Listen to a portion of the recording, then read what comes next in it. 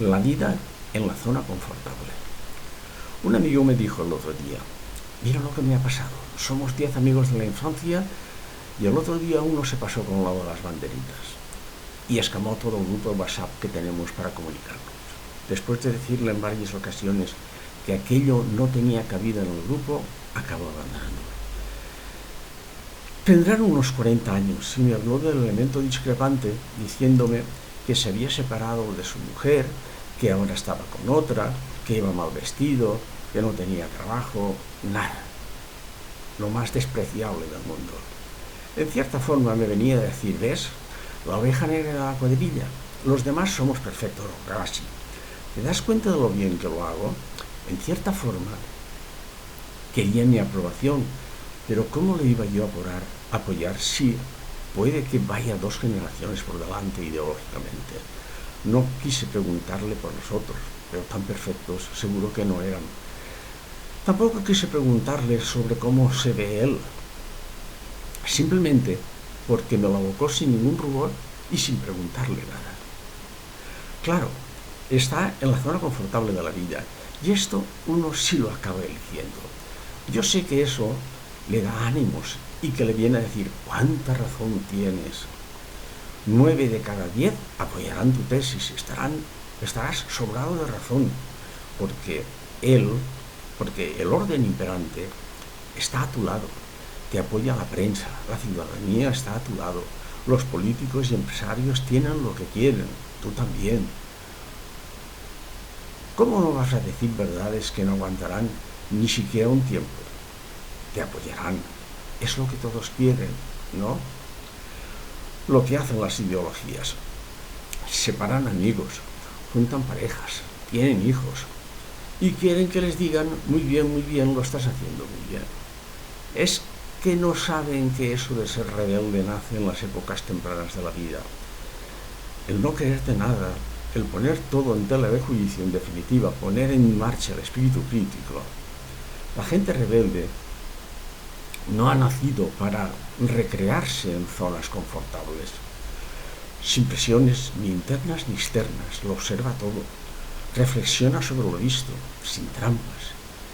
Y si no es mucho pedir que no llegue a conclusiones, se está dando cuenta de que este mundo tiene muchas cosas que condenar. 1 de cada 10 piensa, mientras 9 de cada 10 se dejan llevar por la zona confortable, aunque esto no les puede dar la razón. A los que están en esta zona simplemente les diré que ese es su mundo. No se dan cuenta de que hoy hay muchísimas cosas que cambiar. Solo de nosotros depende, o aceptamos las cosas como son y nos instalamos en la zona confortable, o somos rebeldes y nos lo cuestionamos todo. ¿Por qué tanto miedo? ¿Miedo a que tu mundo cambie? Pero si está cambiando continuamente y cada vez lo hace más deprisa, que no te das cuenta. ¿Y si cambiáramos un poco el chip? ¿O no? ¿O ya has decidido ponerte al lado de los que lo están frenando? ¿Cómo iba yo a decirle a mi amigo que quizás no lo estuviera haciendo tan bien? Hubiera puesto la duda en su vida, probablemente tendría pleitos conmigo, con sus amigos, con su mujer, y quizás acabarían separándose. Él lo ha decidido así, pues que siga con su vida, pero que conste, así entre nosotros, lo que está haciendo es adormecer su vida. Esta pasará y casi no vendrá ni a darse cuenta. Para darse cuenta de lo que es la vida, uno debe de estar bien despierto y observar, llegar a conclusiones, o no.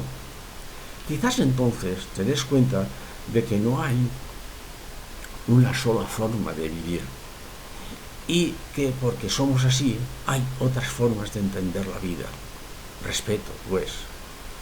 Es posible que para convivir con tu mujer tienes que contemporizar un poco, o mucho quizás, pero eso es lo difícil, y que al final, de una forma, o lo aceptamos o te tienes que separar y perder a tu mujer y a tus hijos, porque se los llevará ella, y en eso son especialistas, en atraerse a los hijos hablándoles mal de ti.